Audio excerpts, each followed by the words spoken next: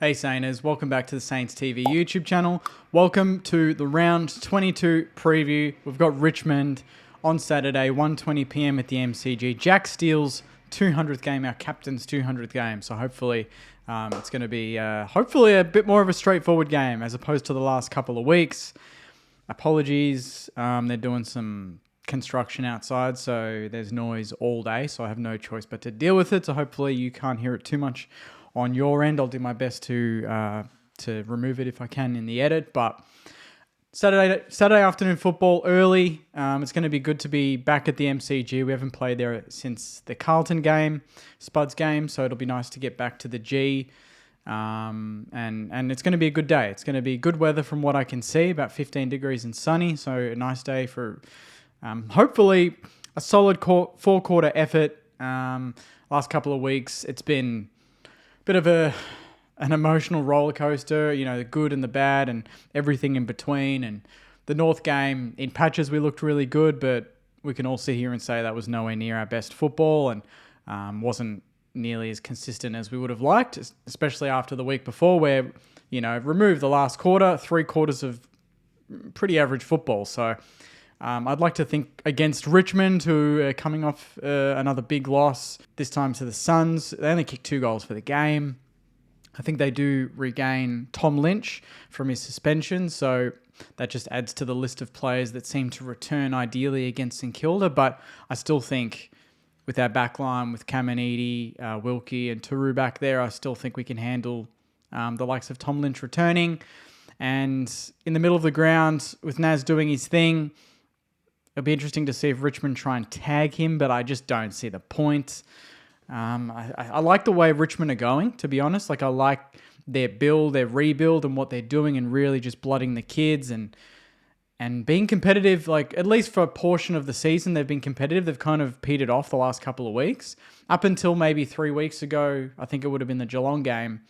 Our win against them in round 3, I think it was, 82 points, was their biggest loss of the season. So you wouldn't have thought that really with the way we've been going and the way they've kind of been competing, but that was the case up until the last couple of weeks where they've been belted. So we can't be taking this game lightly. We know that. Last week it could have gone the other way, and really the Melbourne game it could have gone the other way again. So the last 2 weeks we have escaped, disastrous results. This week, to me, it's relatively straightforward. If we play anywhere near our capacity over the last stretch of games, we should be winning this game. But Richmond are a momentum team. Obviously, irrespective of their performances and their ladder position right now, their supporters will turn up. The Tiger Army, absolutely love, I think they're just a great bunch of supporters, to be honest. I've never had trouble at a Richmond game. And they've won that many flags recently. I don't think they really give a shit about how the team's going. They're just enjoying the youngsters and seeing what can be done and what can be built from. But for us, I think it's hopefully a solid win. I think the forward line still needs a little bit of work. Last week, it was a bit of a struggle at times. The second quarter looked good, patches of the second and the third. But the delivery inside 50 needs to be a lot better. Vlosten's in great form for Richmond. Mitch Owens is a big out. I think Jack Steele will see him play forward a little bit more. Unless there's a surprise, maybe Filippo comes in, but he plays more forward instead of mid, just to ease him back into AFL football. And to be honest, 6'3", we know he's a goal-kicking mid.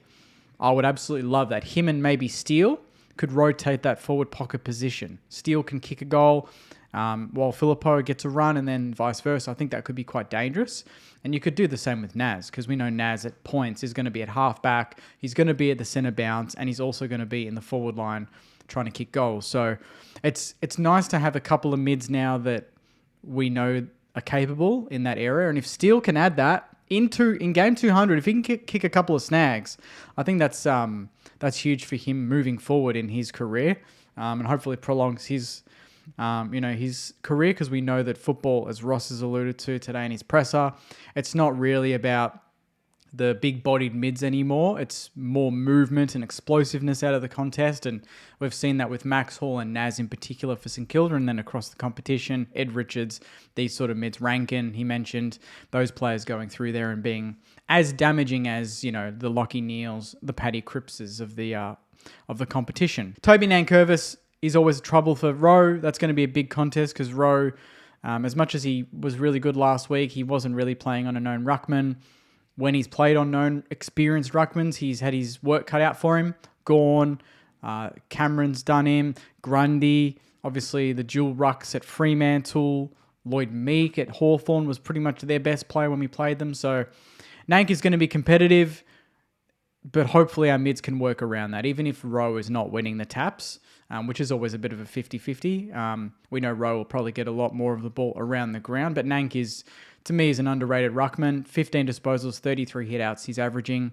We can't let the likes of Taranto, a short hopper, these sort of guys get first use because they'll just, like I said, Richmond are just a confidence team. When momentum's up and about in Tigerland, it's very hard to stop at the MCG. So we don't want to get into that situation. And that does remind me, our starts have been abysmal in the last 3. I'm trying to think now. Melbourne, it was horrible. Obviously, most of the 3 quarters was horrible last week. North got the jump on us. Geelong got the jump on us. So the last 3 weeks in particular, our starts, our first quarters, not good. We've been chasing the game in all 3 of those games. Let's actually come out of the blocks and stamp our authority on this game and make Richmond panic. Make them try and make a move. Let's be comfortable in this game. And confident, I think, is the other word. Not arrogant, not ahead of yourself, but confident in your ability. Go into this game knowing if you deliver what you need to, you're playing a role in, hopefully, a comfortable win. Apart from that, I like what Richmond are doing, but I still think we should be too strong. Hopefully we can carry a bit of momentum into this game from the last couple of weeks. I expect Naz to do what he's been doing, to be honest. I think he's running his own show at the moment. And still no news on that front, but he's a superstar, so I'm enjoying his football right now. I'm not enjoying the panic off the footy field, but from what he's doing on the field, you can't question that. And Max Hall, Windy, hopefully maybe Darcy Wilson, Philippou come in. We're fielding quite a young team. Boxall will stay. I think this might be one of our more youthful teams of the year, which is really exciting because Richmond are the same. And it'd be good to just see 2 young teams go at it and, on the G. So I'm very excited for this. Obviously, Jack Steele's 200th. Quick word on Steely. He's been an absolute warrior of this football club. He is the captain. Obviously, his body has let him down the last couple of seasons, but the one thing that we can all agree on with Jack Steele is that he always puts the club first. He always gives his all, even if his all's not quite enough on the day and his body doesn't allow him to. He will push the limits. He never backs out of a contest, and we can't forget some of that form from only 3 or 4 years ago was just absolutely brilliant football from a midfielder and absolute tackling machine and a player that does lead by example on the football field. So I'm hoping he puts in a good shift on the weekend. A lot of talk around him post being the sub, but I really hope that we can just put that aside for a week and just get Steely the win on Saturday, and hopefully he can have a big impact on the MCG. So on that note, Sainers, let me know in the comments how you're feeling about this game. I'll be back right after the game as usual, Saturday, for my review, so please check that out. Subscribe as well. We've got the teams this week as well tonight, live, 6:30, so make sure you check that out. And I'll see you after the game on Saturday. Take care, enjoy the rest of your week, and as always, go you mighty Sainers. See you guys.